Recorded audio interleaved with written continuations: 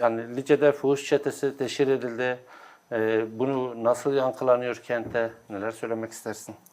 Yani öncelikle sevgili izleyicilerimizi saygıyla selamlıyorum. Aslında basına yansıdı. Basından kaynaklı aslında biz de bunu öğrenmiş olduk. Bunu söyleyebiliriz. Tabii ki yankısı çok büyük oldu. Özellikle hani hem Kürt halkı üzerinde hem de özelde de gerçekten Lice halkı üzerinde çok fazla yani yansıması oldu.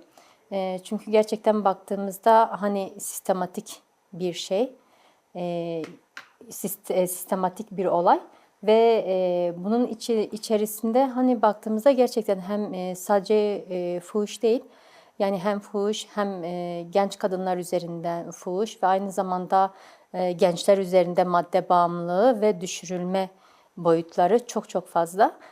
Ama bu noktada da gerçekten baktığımızda hani bugünlere varan bir şeyin olmadığını, aslında bugünlere varan bir politikanın olmadığını, geçmiş yıllara varan aslında geçmişten gelen bir politikanın sistematik bir şekilde işlendiğini aslında çok net görebiliyoruz, okuyabiliyoruz.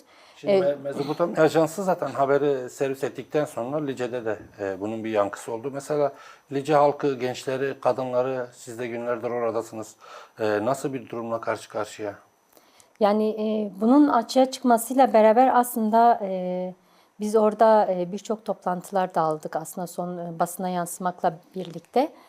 Kaç gündür hem karma toplantılarımız hem kadın özgün boyutuyla toplantılar aldık ve bu çerçevede tartışma yürüttük. Gerçekten hani büyük bir etkisi var. Çünkü hani Lice halkı biliyorsunuz hani geçmişten hani örgütlü bir halk, çok örgütlü bir halk ve özünü geçmişten alan bir halk. Hani baktığımızda da aslında hareketin ilk kurulduğu yer.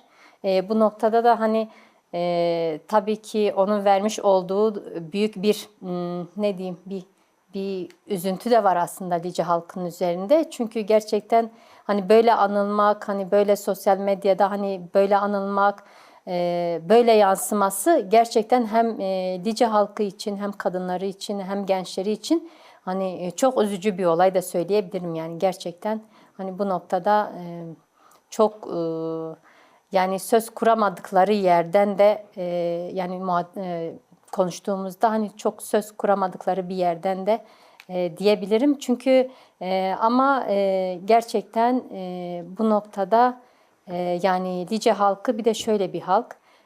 Bu noktada gerçekten mücadele edip hani bu tür durumlara karşı çok güçlü çıkışlar da yapabilecek bir halktır. O potansiyele de sahiptir diyebilirim.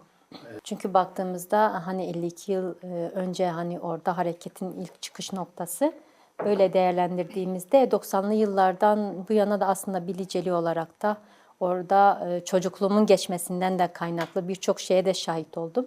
Bunu diyebilirim. Yani o dönemlerde bile 90'lı yıllarda aslında önce sistem koruculuk sistemini dayattı Lice halkına. Ve akabinde de baktığımızda aslında özel savaş politikalarıyla da köy yakılmaları, köylerimiz yakıldı ve hani buna bizzat hani kendim de şahit olmuşum çocukluğumda. Ve köy yakılmalarında aslında sistemin köylerimizi, evlerimizi yakıp ve bizi oradan göç ettirdikten sonra aslında orada açığa çıkan neydi? Yani sistemin açıkçası köy yaktıkları zaman da şunu çok net söylediler. Siz burada başladınız, biz sizi burada bitireceğiz sözleri oldu. Yani buna bizzat çocukluğum boyunca hani şahit olduğum bir şey. Bunu söyleyebilirim. Yani bu söz aslında böyle gelişi güzel bir söz değildi. Ve o yıllardan bu yana, 90'lı yıllardan bu yana aslında Lice bilinçli bir şekilde özel savaş politikası çok ilmek ilmek işlenip aslında hem Lice halkı üzerinde hem kadınları üzerinde hem gençleri üzerinde aslında işlenmek istenilen bir politikaydı. Özel savaş politikasıydı. Ama buna baktığımızda da aslında 2016 yılından sonra tamamıyla artık yani gerçekten sistem eliyle tamamıyla Lice'nin üzerinde çok fazla uygulanmaya başladı. Tabii ki bu ne oldu? Hem madde oldu gençlere dönük hem fuhuş oldu. Ve bu noktada baktığımızda aslında Lice'nin Fizibilitesine baktığımızda Lice halkı zaten baktığımızda birçoğu hep değer ailemiz. Bunu diyebilirim. Ve özel bir şekilde aslında seçildi Lice bölgesi. Yani temel amaç aslında zihniyet 90'lı yıllardan gelen bir zihniyet ve işlenen bir zihniyet. Ama 2016 yılından artık 2016 yılından sonra çok fazla artık işlenmeye başladı ne yazık ki bu özel savaş politikaları. Tabii ki Lice nezdinde konuşuyoruz ama salt bir Lice değil bu özel savaş politikaları. Kürdistan birçok kentinde. Baktığımızda aslında özel savaş politikalarının aslında Kürdistan bölgesinin birçok yerinde uygulandığını görebiliyoruz. Hani hem il boyutuyla baktığımızda da sadece Ahmet ili değil aslında. Birçok il ve ilçeler üzerinde bu özel savaş politikaları işleniliyor. Baktığımızda Dersim bir örnektir. Aslında İstanbul'da bir örnektir. Sadece işte Baktığımızda Kürdistan'da değil, Adana'sından Şine'ye tabii kadar ki. Kürtlerin batıda da yaşadığı Yani, bütün mahallelerde benzer. Yani şimdi baktığımızda Batman da bir örnektir. Yani birçok kente aslında sirayet eden bir sistematik bir özel savaş politikasıdır bunlar. Hiçbiri birbirinden de bağımsız değil aslında. Yani şu an baktığımızda da aslında belki 2016 yılında evet belki şu an Lice'yi konuşuyoruz ama 15-16 yıllarından sonra bir bütün hani Kürdistan bölgesinin üzerinde uygulanan bir özel savaş politikası. Bu noktada aslında bizim de Kürt halkı ve özellikle Kürt kadınları, Kürt gençleri bu noktada yani bir seferberlik ruhuyla bunlara karşı mücadele etmemiz gerekiyor. O irademizi ortaya koymamız gerekiyor. Yani gerçekten ama şu an belki Lice sosyal medya üzerinde belki Lice ön planda ama bir Lice tek değildir. Bunu da belirtebilirim. Ya ben şunu da çok merak ediyorum çünkü yani Lice'yi az çok biliyoruz. Tarihi çok eski olmasına rağmen ama Lice kendisi küçük bir yer. Yani böyle bir yerde her gün BBG evi gibi gözetlenen bir ilçede hani bunlara karşı hiçbir önlem alınamıyor mu ya da göz mü yumuluyor sizce? Çünkü biliniyor yani Lice'de kim hangi adım atsa bile ya MOBESE'den ya şuradan ya da mahalle şeyinden dolayı gelişmelerden dolayı herkes biliyor mesela. Buna dönük nasıl bir uygulama, nasıl bir sessizlik hakim? Biraz bunu da konuşmak istiyorum. Yani şu an evet Lice küçük bir yer ama bir o kadar politik bir yer ve gerçekten duruşu net olan bir yer. Ama bu noktada hani bizim aldığımız halk toplantılarında da açığa çıkan bu oldu. Hani birçok yani lüks araçların gelip gitmesi ve bunların kim olduğunu bilmemesi yani bu halkın mesela aktardığı boyutu. Yani biz de bilmiyoruz hani bunlar kimdir gelip gidiyor ve şöyle bir şey de aslında halkla temas ettiğimizde hani halkın aktardığı şöyle bir şey de oluyor.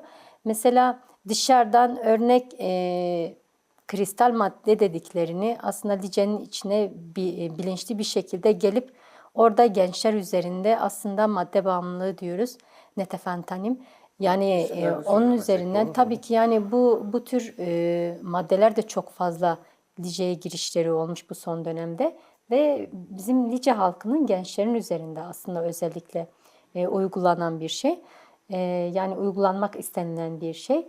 Yani bu noktada baktığımızda aslında bir bütün hani sistematik bir şey olduğunu görebiliyoruz. Yani çok sistemsel bir şey ve Lice'nin yani o biyografisini bozmak ve gerçekten hani o özünden koparmak istenildiğini de çok net görebiliyoruz aslında. Bahar Peker yani gençler, kadınlar bu çetelere karşı ya da bu uyuşturucu ajanlaştırma politikalarına karşı nasıl bir duruş sergilemeli? Yani bu noktada aslında nasıl bir duruş? Çok güçlü bir şekilde örgütlüğümüzü sağlayarak aslında yani güçlü bir şekilde örgütlüğümüzü sağlarsak bunlara karşı da çok güçlü bir şekilde mücadele edebiliriz. Bu noktada hem gençlerin hem kadınların yani bir bütün halk olarak güçlü bir şekilde örgütlenmemiz gerekiyor ve örgütleyebilmemiz gerekiyor bu noktada. Tabii ki hani diğer evvelin de söylediği gibi aslında bu son 3 gün 4 gündür alınan toplantılarda da hani Lice halkının gerçekten bu noktada hani bizim üzerimize ne düşerse biz yaparız. Hem Lice halkı hem kadınları hem gençleri Bu noktada da hani ciddi bir şekilde belirttiler, yani aslında biz bu noktada bu mücadele boyutuyla biz bir bütünlü olursa yaparız, üzerimize ne düşerse yaparız. Doğru bir temelde yeter ki yani gerçekten bunlara karşı güçlü bir şekilde mücadele edelim diye. Bu noktada toplantılarımız oldu zaten. Diğer Heval'in de belirttiği gibi. O toplantılarda aslında ondan öncesi de biz yani bu olayı duyar duymaz zaten hemen ertesi gün Nice'ye gittik. Orada toplantımızı aldık, planlamamızı çıkardık ve bu planlama doğrultusunda da ayın 14'üne kadar bir çalışma yürütüyoruz. Tabii ki bu çalışmayı yürütürken aslında karma bir çalışma. Özgün toplantılarımız da oldu tabii ki. Bu karma toplantılarımızda da Özgün'de de aslında bir nevi bilinçlendirme atölyeleri, özel savaş politikalarına dayalı atölye çalışmalarımız oldu. Ve kapı kapı ev ev arkadaşlarımız gezdi Lice'de. Gerçekten ve daha da şu an çalışma yürütüyorlar arkadaşlarımız. Yani gerçekten bu noktada Lice halkı çok ciddi sarsılmış boyutuyla söyleyebilirim. Ve bu noktada da bir bütün hani mücadele edeceklerini de ifade ettiler. Tabii ki mücadele geleneğimiz de bir bütün örgütlenmekle, ancak örgütlenip örgütleyebilmemiz noktasında ve tabii halkın da, Lice halkının da birçok önerileri oldu. Ve o öneriler doğrultusunda evet ayın 14'ünde bir yürüyüşümüz olacak. Ayın 14'ünde Lice'de saat 1'de bir yürüyüşümüz olacak ve ondan sonra da tabii ki bu çalışmalarımız devam edecek yani. Mezopotamya Ajansı'nın haberin yayınlanmasının ardından günlerdir orada çalışma yürütüyorsunuz. Bugüne kadar neler yaptınız? Çalışmalarınızdan hangi sonuçları aldınız? Yani biz de zaten sosyal medya üzerinden Mezopotamya Ajansı'ndan sonra duyar duymaz aslında Lice'ye gittik. Lice'ye gidip toplantı aldık. Ve bu toplantı minvalinde de bir komisyon kurduk. Ve bu komisyonun içerisinde aslında birçok sivil toplum kuruluşlarının olduğu bir komisyon. Ve ayın 14'üne de güçlü bir yürüyüş koyduk. Bir yürüyüş planlamamız var. Ve bu noktada da çalışmalara başladık. Ama 3 gündür, bugün 4. gündür sanırım, bir çalışmamız yürütülüyor. Ama bu çalışmada aslında dün aldığımız toplantıda da aslında halkın bizzat aktardığı şu oldu. Yani bu 3 günlük çalışmada bile hani bazı kahve yerlerinde yani bazı kahve yerlerinin bile kapatıldığını söylenildi. Kumardı çünkü. Kumar oynatılan birkaç kahve vardı. Ve bu 3 gündür o kahveler de kapatılmış. Yani kendileri artık cesaret edemiyor. Çünkü hani bu çalışmanın aslında bir ürünü. Yani bu noktada aslında çok güçlü bir çalışma yürütülüyor. Bunu söyleyebilirim çok içine girmeden. Ve bu çalışma minvalinde de aslında diğer evvelin de belirttiği gibi halkın talebi de aslında komün meclisleri üzerindeydi. Yani aslında orada komün meclislerimizi oluşturup ve bu noktada halka harekete geçirmek. Gerçekten hani orada yaşayan o mahallenin dinamiklerini harekete geçirmek ya da o ilçenin dinamiklerini harekete geçirmek üzerinden. Tabii ki yani 3 gündür gerçekten güçlü bir şekilde bu çalışmanın hani verimini de aldık diyebilirim. Ki bundan sonra da daha çok alacağımızı düşünüyorum. Dün de tüm Lice'deki muhtarlarla bir toplantı alındı. Ve aslında Muhtarlar mesela hangi sorunları aktarıyor? Çünkü birçok mahallede sorun, sıkıntının olduğu sürekli dile getiriliyor. Yani şimdi hepsinin temel sıkıntısı aslında bu diyebilirim. Ve güçlü öneriler de sundular. Bu noktada tabii ki hani Lice'nin fizibilitesine baktığımızda köylerde çok fazla olmadığını ama özellikle Lice merkezde aslında bu özel savaş politikasının çok fazla uygulandığını söylediler. Bu noktada da aslında oraya dönük de tabii ki hem yerel yönetimler boyutuyla da hem tabii biz TC aktivistleri olarak da aynı zamanda da hani bütün sivil toplum kuruluşlarımız dediğimiz hani bu kentin dinamikleri olarak da bazı planlamalar yapacağız. Bazı çalışmalar yürüteceğiz, güçlü bir şekilde yürüteceğiz. Çünkü aslında bugün Lice'den başladık ama PDP orada güçlü bir çalışmayı açığa çıkardığımızda veya komün meclislerimizi aslında orada kurduktan sonra diğer ilçelerde de bu çalışmalarımız devam edecek diyebilirim. Çünkü gerçekten baktığımızda hani Lice'de bu yaz boyunca kaç tane kadının intihar etmesi, genç kadının intihar etmesi boyutu ve hani bu noktada kadınların da hani şiddete maruz kaldıysa, tacize ya da istismara ya da tecavüze maruz kaldıysa gizleyip ama en son aslında intihara sürüklendiğini görebiliyoruz. Bu da neyden kaynaklıdır? Gerçekten hani baktığımızda özel savaş politikalarından bir bağımsız değildir. Çünkü cezasızlık politikası çok fazla. Özellikle kadına yönelik şiddet olsun, kadın katliamları üzerinden olsun, çocuk istismarları olsun. Yani ciddi anlamda bir cezasızlık politikası var. Ve yani bu erkek faili de cesaretlendirip güçlendiriyor.